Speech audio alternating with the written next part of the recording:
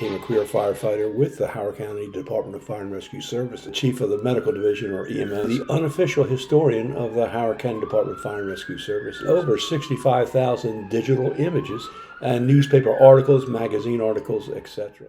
Episode 24-49. Hey dude, or dudus as the case may be, you're going the wrong way. Back on March 23rd, 1987, a car traveling eastbound on Interstate 70 ended up going the wrong way on 70, going eastbound on the westbound lane. The incident began near Frederick, Maryland, when a vehicle was traveling eastbound, crossed over into the westbound lanes, still going eastbound, and actually made it down to Howard County. The state police were traveling to try to stop the vehicle, but the vehicle ended up crashing in Howard County, actually on Interstate 70 between St. John's Lane and Route 29. It came to a dramatic end when an off-duty state police officer who knew that the car was traveling in the wrong lane and heading towards him heroically put his vehicle in front of a stopped van that had a husband, wife, and small child, preventing them from being struck head-on by this runaway vehicle. The trooper himself was badly injured. The bad girl was injured, as were several other civilians. There is a happy ending. Everybody survived, and the state trooper was hailed as a hero, as they should have been, and the family of 3 survived without a scratch. This particular situation was featured on one of the early episodes of Rescue 911, and in fact, in the reenactment, they do show some actual video of the incident itself and the damage occurred. And you'll also note that I have about a 3-second cameo of me on the incident, so make sure you look very carefully to see me. In America, we love our cars, but they're just about the most dangerous place we can be. Automobiles are the #1 cause of accidental death. The driver of the car in this reenactment is a stunt driver, but the rest of the people you'll meet are survivors who've returned to help us tell their story. On March 23rd, 1987, at about 2 in the afternoon, a white sedan came tearing down a highway in suburban Maryland, driving erratically as fast as 95 miles an hour. The car had crossed the border from Pennsylvania and was speeding toward Baltimore undetected. It was first spotted by Maryland State Trooper Robert Reed.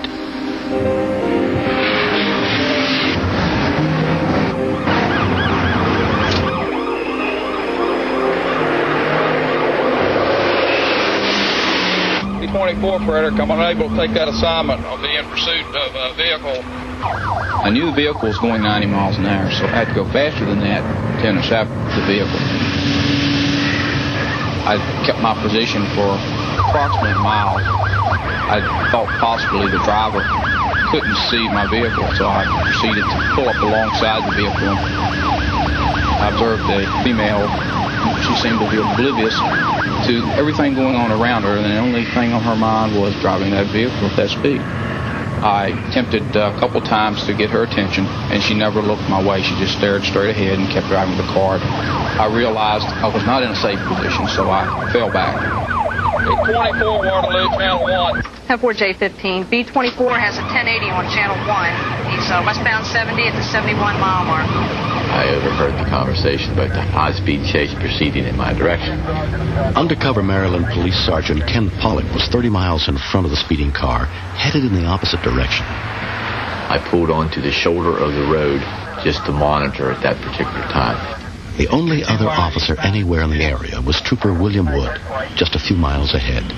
He pulled into a construction zone to wait for the runaway car.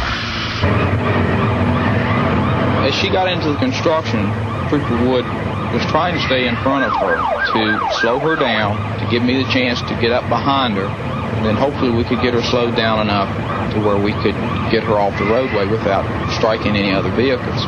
It's a technique we commonly call the rolling roadblock. But at speeds approaching 100 miles an hour, the rolling roadblock backfired.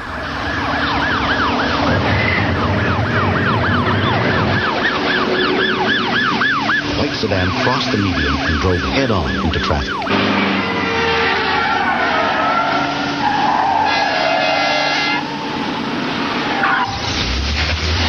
I knew when she crossed the medium strip, she was coming the wrong way. I had to make a move. It could be any type of criminal activities that they were wanted for. And at that particular point, an alarm goes off in your mind. I knew at this time that the trooper had no other assistance at that point.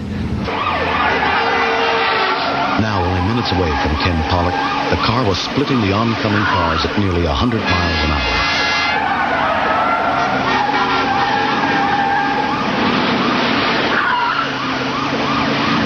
Ken's first plan was to drive alongside the other cars and motion them off the highway to the safety of the shoulder. But unaware of the speeding car headed in their direction, they moved right back onto the highway.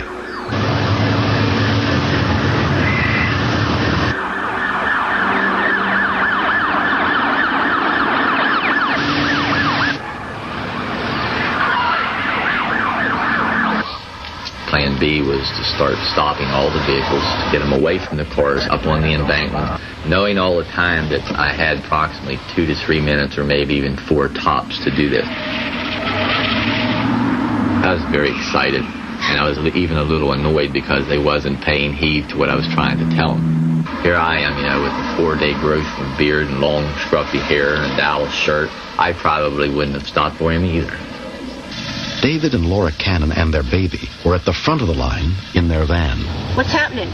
I saw the badge. I thought, okay. I figured there was an accident or something that was happening. The only thing that was going through my head was, I have to stop this somehow. As the car reached the open highway, it began accelerating. The speeding car was closing on me faster than I thought it was closing on me. And I seen that the Cannon van was still occupied. I knew there was only one thing I had to do at that point to shield them from being hit. And all of a sudden I looked up and saw the car coming. She looked like she was on a suicide mission.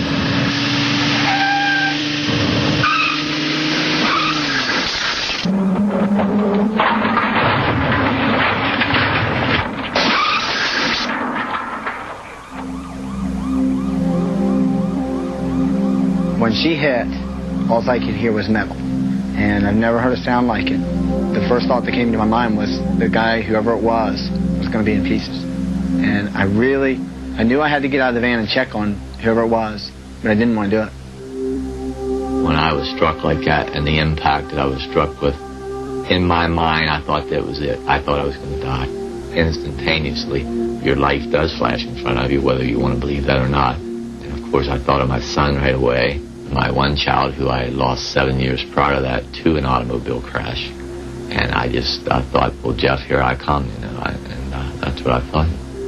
A white sedan slammed against Ken's car, then head-on into a Cadillac, critically injuring 2 women. Mayhem, that's what happened that day.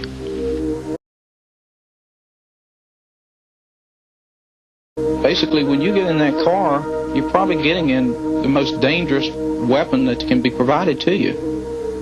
The driver of the speeding car was seriously injured. The driver's sister.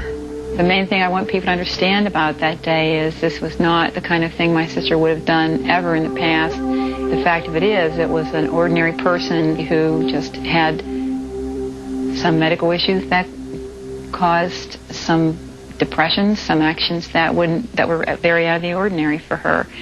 She remembers that she had a feeling that things were out of control, but she didn't know how to get them back into control. Because of the driver's acute depression, she was not found criminally responsible for the accident. No one was killed. The Cannons and their baby, whose van had been directly in the path of the speeding car, were not injured. It's one thing to lay your life down for your friend or someone you know, care for very deeply, but for an absolute stranger, someone you have never seen before or will never see probably again, to do that is quite something else. Ken Pollock was a hero, but the impact of the white sedan broke his nose, gave him permanent back problems and a long-term concussion.